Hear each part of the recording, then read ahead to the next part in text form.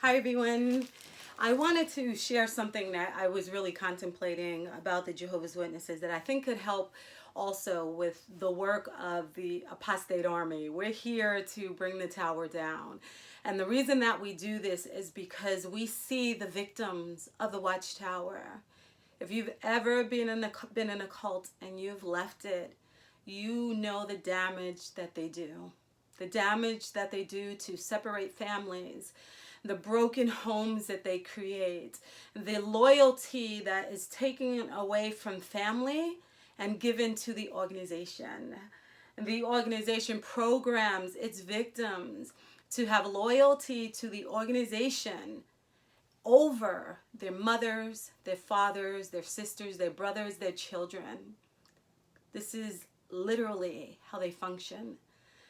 They also make synonymous having God and having the organization. You can't have God if you don't have the organization. And this is how they train you. This is how they brainwash you. And you literally believe this. So this work that anti-Jehovah's Witnesses are doing is really an act of activism. It's bringing awareness to this evil. It's helping other people learn before they commit to an organization that makes you get baptized and make a vow to the organization to always remain faithful when you get baptized. This is a warning message that we do. It's a community service. And so I am going to do more. 10 years ago, I was very active in this work, and now I plan to be even more active. But really quickly, I wanted to share something because what I find is that a lot of Jehovah's Witnesses, when they hear the evil about their organization, they don't take it seriously. They automatically hit you with the catchphrases that have been programmed and inculcated into their minds for the decades that they have been reading the literature.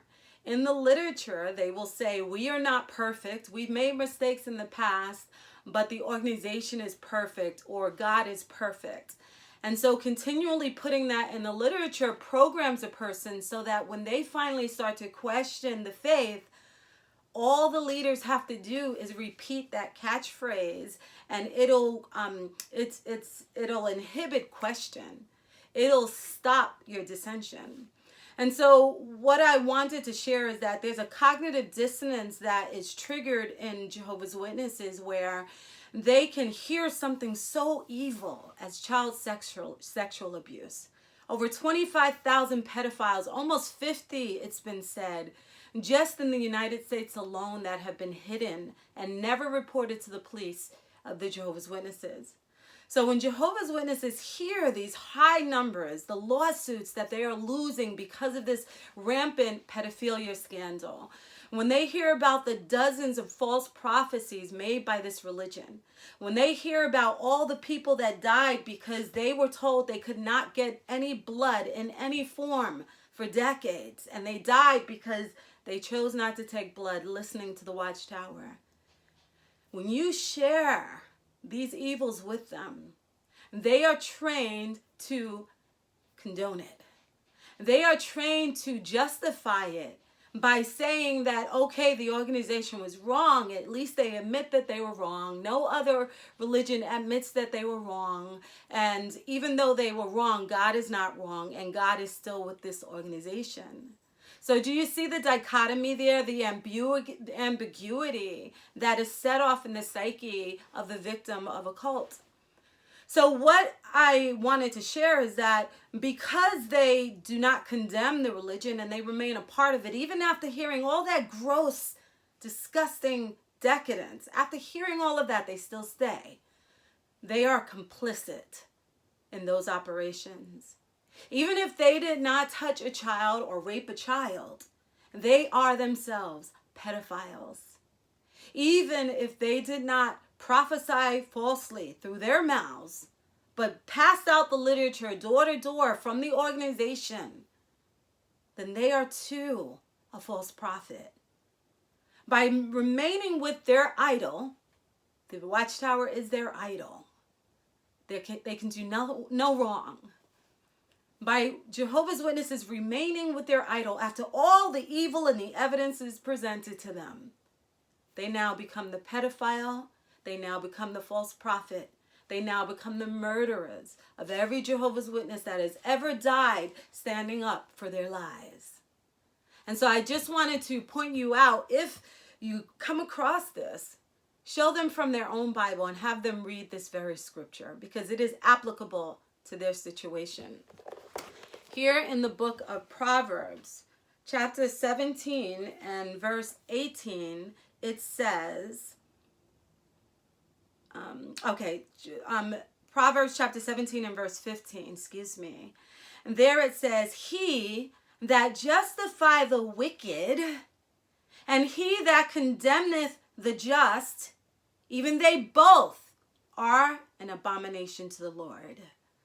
Now, what we have found with the Jehovah's Witnesses is when you tell them about when a child goes before the leaders and tells them that they've been sexually abused by these predators, the leaders will sit the child down with the predator in front of them and ask them the most gross and disgusting details of what happened to them. And then they blame the victim. They make the child feel horrible for confessing this evil. And they also have, throughout the years, convinced the child and the parents not to go to the police because it'll make the organization look bad. And so I'm going to read that scripture again. There it says, he that justify the wicked, and he that condemneth the just, even they both are an abomination to the Lord. The scripture is clear.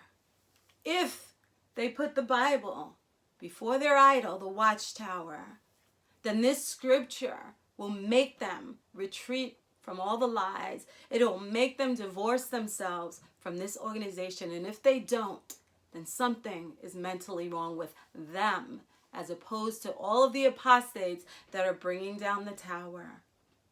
So, don't forget, Proverbs chapter 17 and verse 15. Every Jehovah's Witness, 8 million plus of them, they are all pedophiles. They are all false prophets. And when you see them in the street and someone is upset because you are cart crashing or you are going to the kingdom halls and you are just exposing them in their kingdom halls, and people tell you shouldn't do it because those are not the people that did it, show them this scripture that every single one of them are pedophiles, sex abusers, false prophets, and murderers. Take care.